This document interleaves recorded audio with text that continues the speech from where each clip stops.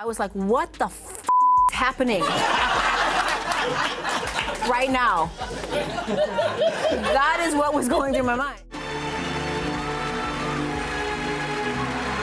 This moment is so much bigger than me. One place, and that's the graveyard. That it can be about the performance and not the politics. It doesn't escape me for one moment that so much joy in my life is thanks to so much pain in someone else's. What Halle Berry is now saying about the Oscar curse. Oscar may have departed, but the lingering whispers of its alleged curse still haunt the scene, particularly for Black artists. Recently, Oscar winner Halle Berry stepped forward, purportedly cautioning fellow Black actresses about the potential repercussions of receiving the prestigious award. For many actors, winning an Academy Award marks the beginning of a promising chapter in their careers. It's a recognition of their talent that typically leads to exciting opportunities in high-profile projects, solidifying their status as rising stars. However, for Halle Berry, her Oscar win had an unexpected outcome. It seemed to hinder rather than accelerate her career trajectory. Does that come with just the ability to just come and have some fun tonight? Yeah, nothing to, lose, nothing to win. I'm just here to support my peers, and this is the best party in town. In 2002, Halle Berry made history by winning the Oscar for Best Actress for her compelling performance in the intense drama Monsters Ball. This achievement was groundbreaking, as she became the first Black woman to ever win in this category, and only the third Black woman to receive an acting Oscar. Previous trailblazers such as Hattie McDaniel and Whoopi Goldberg had paved the way, but in the supporting actress category, Berry was deeply moved by this honor and felt genuinely thrilled, anticipating positive changes ahead in her career. And to sit here almost 15 years later and knowing that another woman of color has not walked through that door is heartbreaking.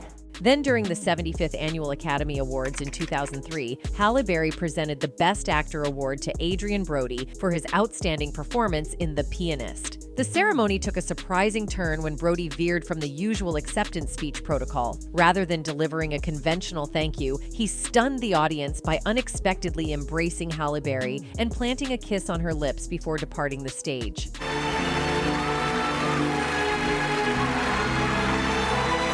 Revisiting the spontaneous kiss years later, Halle Berry revealed during a 2017 interview with Andy Cohen on Watch What Happens Live that it caught her completely off guard. She confessed, "That was not planned. I knew nothing about it. I was like, what the F is happening right now? That is what was going through my mind." Reflecting further on the unexpected moment, Berry shared her perspective, stating, "I was there the year before, and I know the feeling of being out of your body. I just went with it." Amidst laughter from the audience, Cohen inquired about the kiss, to which Berry humorously responded, "I don't know, I was too focused on what the was going on."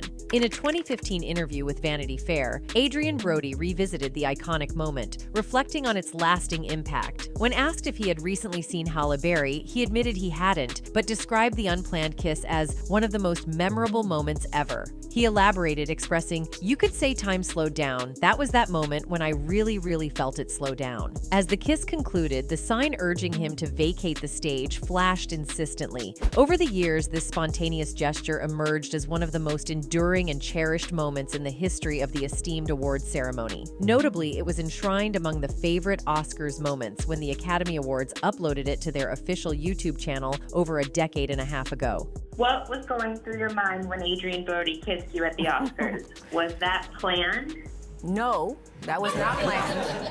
I knew nothing about it. The audience embraced the unpredictability and apparent passion shared between the two actors, despite Berry's explicit admission of her lack of awareness during the moment. It was evident that she hadn't been given the opportunity to consent or prepare for the unexpected kiss. Nevertheless, the spontaneity and genuine emotion of the moment left a lasting impression on viewers, adding an element of excitement and authenticity to the ceremony. One of them wrote, "Everyone laughing along and Andy's comments afterward, she was making it very clear that it wasn't something she was comfortable with, and she keeps trying to make that clear after people continue to laugh it off. Unsettling." Another one added, "So it was literal SA then. It's not okay just to randomly kiss someone because you are excited." The incident wasn't just described by the public. It's also been theorized that the Oscars play a significant role in shaping celebrities' careers. The so-called Oscars curse seems to have affected a wide range of actors, spanning from Hattie McDaniel to Halle Berry. Notably, winning the prestigious Oscar award hasn't always brought luck, especially for Black actresses. The Academy often favors performances with gravitas, which are commonly associated with projects designed to win Oscars, overshadowing the nuanced artistry of comedic acting. Even in serious roles, Black actresses often find themselves limited to portraying characters enduring oppression or slavery, highlighting the industry's persistent narrow representation. It's heartbreaking, because I thought that moment was bigger than me, and it's heartbreaking to start to think maybe it wasn't bigger than me. In the subsequent years, Halle Berry discovered that she wasn't being presented with the same caliber of acting opportunities as her fellow Oscar-winning peers. While she did secure roles in blockbuster films like the X-Men franchise and as a Bond girl in Die Another Day, Berry found herself having to fiercely compete for every role, despite her undeniable talent and prestigious Oscar win. Halle Berry candidly revealed to Variety, "I thought, oh, all these great scripts are going to come my way. These great directors are going to be banging on my door." However, the reality was quite different. Instead of an influx of high-quality scripts and prestigious directors seeking her out, Berry found herself facing greater challenges. This phenomenon is often referred to as the Oscar curse, where recipients of the award are burdened with the expectation of consistently delivering award-worthy performances. Maybe it wasn't, and I so desperately felt like it was.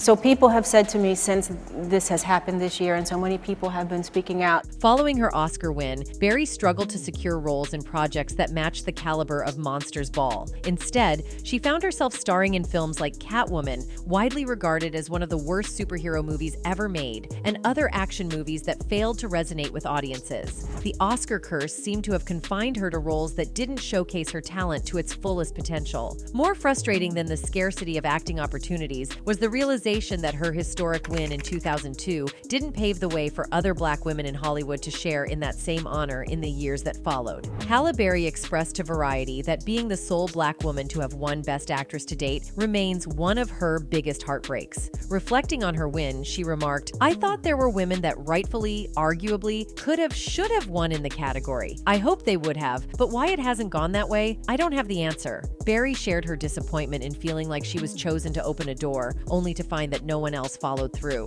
She questioned whether her win was truly an important moment or merely significant for herself. "I wanted to believe it was so much bigger than me. It felt so much bigger than me, mainly because I knew others should have been there before me, and they weren't." Like many Black women in Hollywood, Halle Berry has realized that waiting for opportunities to come knocking isn't a luxury she can afford. That's why she has diversified her skill set by venturing into producing and directing. These roles empower her to create worlds in ways that she was never able to when she was solely following a script. Berry's producer credits include the CBS sci-fi drama Extant and BET's remake of Boomerang. Additionally, she also stepped into the director's chair for the sports drama Bruised, where she also starred as a woman who embraces MMA fighting later in life. Used to be famous. Yo, miss, this is you getting served? Berry's decision to take on these roles stems from her understanding that she must create her own opportunities in Hollywood. "As an actor, I always show up and do my part, and I can only do what I can do," she explained. "Being the director, I have a part in the totality of every department. I get to have a voice." Through producing and directing, Berry is not only expanding her creative horizons, but also advocating for greater representation and agency in the industry. However, her sense of being afflicted by the Oscar curse still worries her fans. Did this start when Adrien kissed her? After winning the award, she began to notice a decline in her Hollywood presence. The Academy Award, despite its critique in the awarding process, remains the ultimate recognition for a film actor. Winning one signifies reaching the apex of the acting profession and distinguishes a performer from their peers. It denotes being among the elite, with one's talent and abilities in high demand. However, this isn't always the case for Black women. Because a lot of the women who've stepped forward, and I stand in solidarity with them, okay? What they're getting paid, which is half of what a man is getting paid, well, we get probably a tenth of what a Caucasian woman gets. Ironically, not winning an Oscar might offer the best chance at longevity for a Black woman in Hollywood. Few statues have been awarded to Black actresses, a lamentable reality in itself. Yet, for those fortunate enough to have their work acknowledged by the industry, an Oscar win is akin to being named MVP of the NFL Pro Bowl. While their talent may have shone brightly, the event often goes unnoticed, with few viewers and little lasting recognition. Following her groundbreaking Oscar win for her portrayal of Mammy in Gone with the Wind in 1939, Hattie McDaniel faced a career marked by the Academy's neglect. Throughout her subsequent years, she found herself repeatedly typecast as a maid across various platforms, from lending her voice to the radio show Beulah to stepping into the role on television after Ethel Waters. McDaniel's opportunities for professional growth were stifled by the narrow range of roles available to Black women at the time. This unfortunate reality left little space for her to pursue her ambitions within the industry. Turn the heat up. Back there it's nice and warm, but over here, ooh, it's cold as hell and freezing. This is very nice. In the years following Halle Berry's historic Oscar win for Best Actress in 2001's Monsters Ball, the landscape for Black actresses has evolved, yet persistent challenges remain. Berry's roles have expanded beyond stereotypes, encompassing iconic characters like a Bond girl, Catwoman, and an X-Men member. However, her most recent critically acclaimed performance in Frankie and Alice struggled to gain widespread attention, despite its depth and complexity. It's really about truth-telling.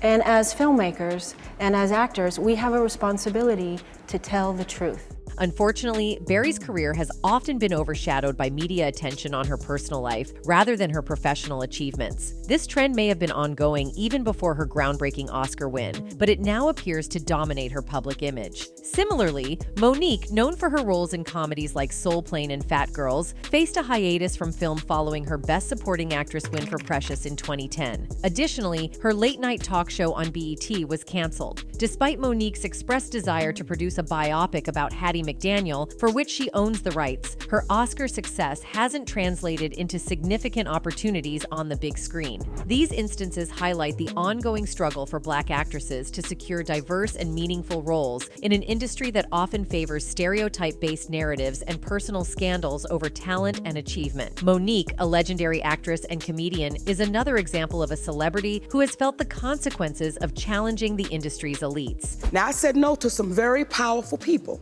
I said no to Oprah Winfrey. I said no to Tyler Perry. I said no to Lee Daniels. And I said no to Lionsgate. Monique's experience with the industry showcases a telling example of the challenges faced by those who assert themselves in Hollywood. During an episode of Steve, the Oscar-winning actress recounted an incident that had her branded as difficult and subsequently blackballed in the industry. This happened when she insisted on receiving additional compensation for her involvement in the Oscar publicity campaign for the 2009 film Precious. Her stand for fair pay ultimately led to her being sidelined within Hollywood. Now, if anybody else wants me to do anything else, there's a price to that, because what we're not in is slavery. So what I cannot do is work for y'all for free. So Tyler Perry says, well, I think outside the box. In the 2009 film Precious, which is based on a true story, Monique portrayed the character of Mary Lee Johnston, the main character's mother, who was portrayed as a difficult and abusive figure. Despite her remarkable performance, which earned her both a Golden Globe and an Academy Award the following year, there were issues during the production of Precious involving producers Oprah Winfrey, Lee Daniels, and Tyler Perry. Prior to the award season, the producers requested that Monique attend the Cannes Film Festival in France to promote the movie. However, they were unwilling to provide her with compensation for this additional commitment, even though it wasn't part of her original contract. This led Monique to decline the request. And when it came time to go to different festivals and promote this movie, but you're really campaigning for the awards. Monique recounted that when the request to attend the Cannes Film Festival came from the producers, she explained to Oprah that she was juggling her talk show, a comedy tour, her family responsibilities including a husband and children, and wanted to make the most of her available downtime. She made it clear that she had fulfilled her obligations, and as a result, she decided not to go. They reached a mutual understanding to disagree on this matter. However, after this, she found herself being labeled as difficult and hard to work with. And you're not scared of those white boys. Why are you trying to tell me to do something that I'm not contractually obligated to do? In order to convey a more indirect tone, it appears that the industry elites made an example out of Monique as a way to emphasize the importance of adhering to their rules. This led to a significant decline in her career, making it challenging for her to secure roles for an extended period. When she did manage to secure a role, the compensation she received was considerably lower in comparison to other stars on the show. I said, I don't want nothing to do with that cat. I said, I know is up to a scam. Monique responded to this situation by taking legal action and calling for a boycott. Although she ultimately found herself in a difficult position, she continues to fight to regain her standing in the industry, although her journey remains a challenging one. Unfortunately, not all celebrities have had the luxury of escaping such challenges unscathed. You get called angry, you get called bitter, you get called delusional, she said as a vocal Black woman in showbiz. You get called so many things. You get called aggressive. You get called a bully. She added that her special will shed light on her industry battles. You'll understand why I do not back down. A similar narrative can be observed in the case of the legendary singer Whitney Houston, who transitioned into the film industry. While most recognize Whitney Houston as one of the greatest singers of all time, her foray into acting is less well known. In 1992, she starred alongside Kevin Costner in the immensely popular romantic drama, The Bodyguard.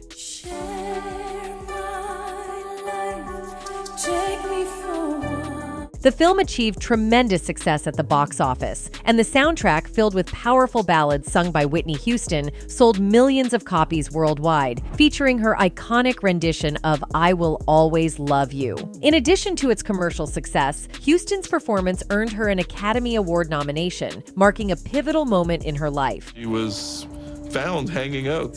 Several media people spotted her at the bar getting hammered. Houston was seen skipping around a ballroom and doing handstands near the hotel pool. Following her Oscar nomination, Whitney Houston's career reached new heights. However, her failure to secure the award appeared to coincide with a tumultuous period in her life. Reports emerged of her engaging in peculiar behavior, such as getting intoxicated at her hotel and even doing handstands. It was further alleged that she took a more perilous turn later on, with claims of deliveries to her hotel. Is it pills?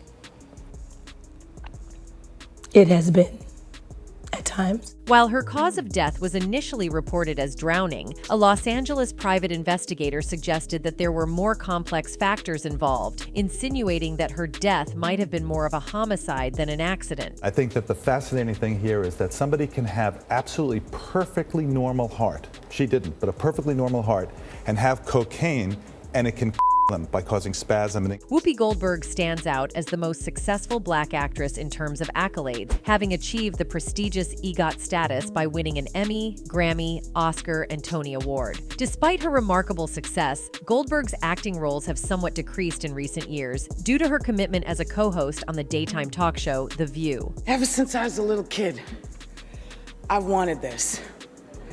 You don't know.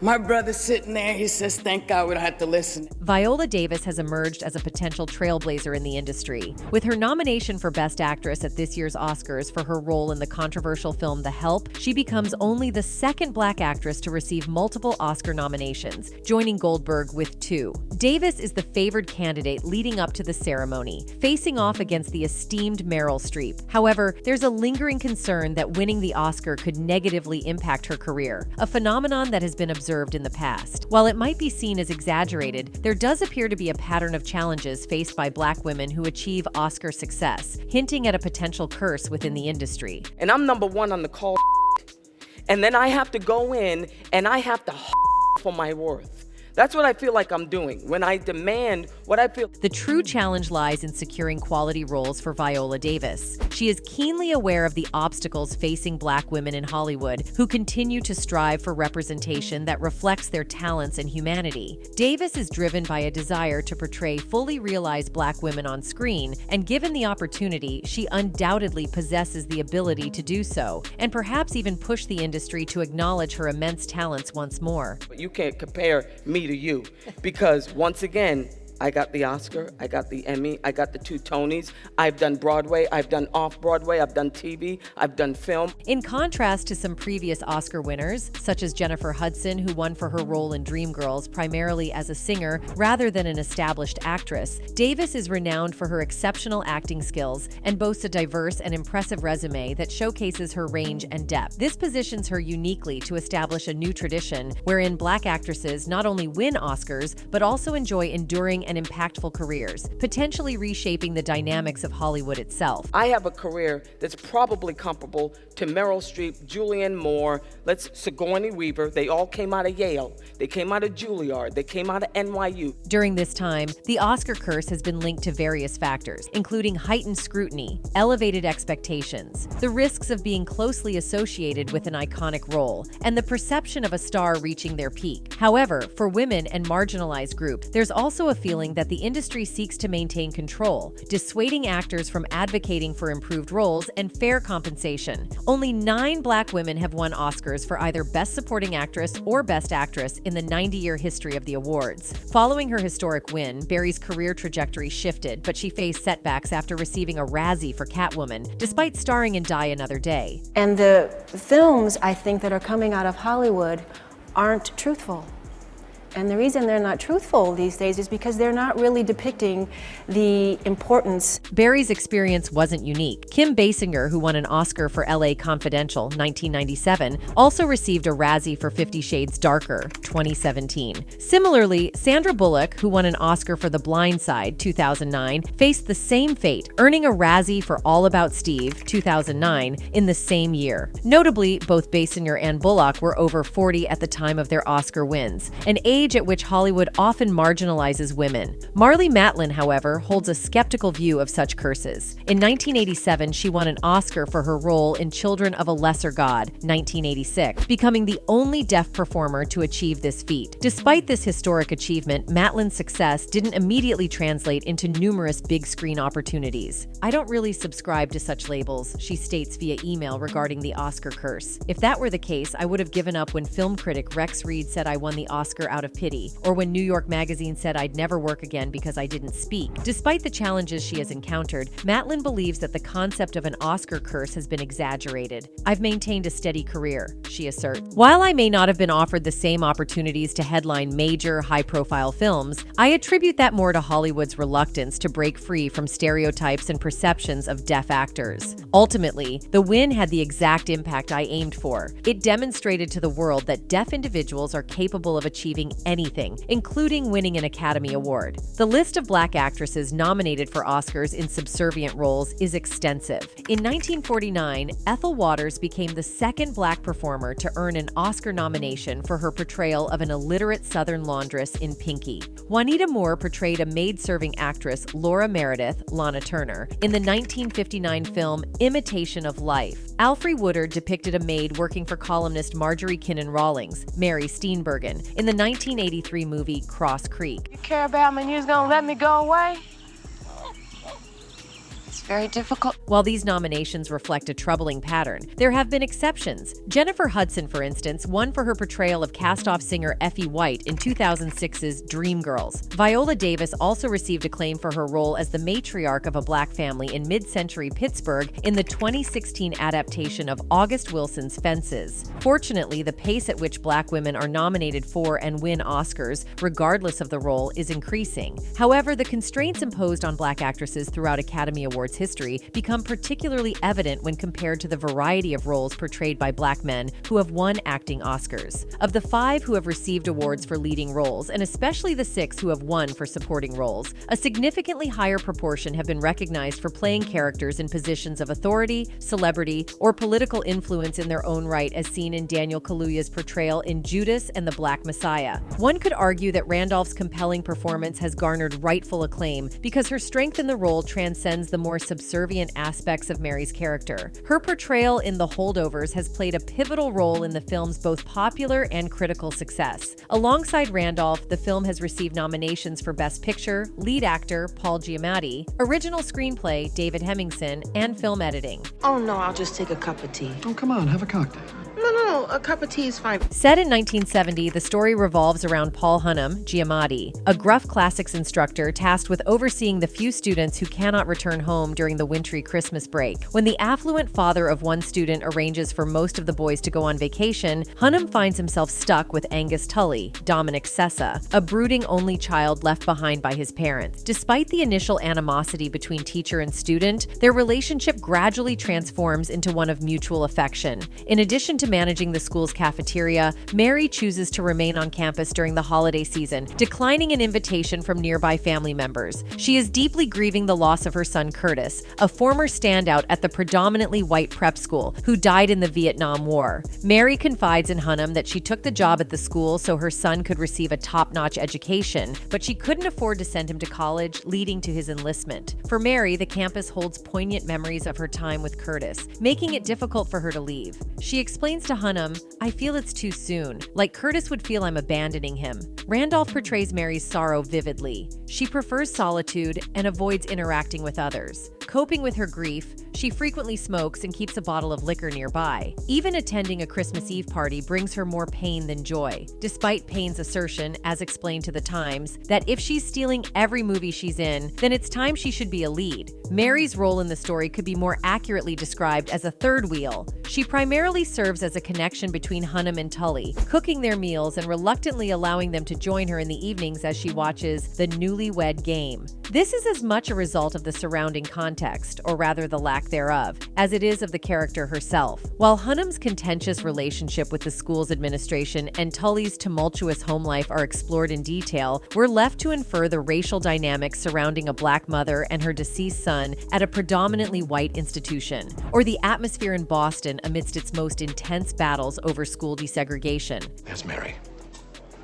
Can you not tell Mary or anybody about Entre nous? As a result, Mary's character becomes a personification of heartbreak, with her grief only momentarily interrupted by her disdain for her job. She refers to the students as Royal Little A and expresses frustration at having to prepare meals for 300 little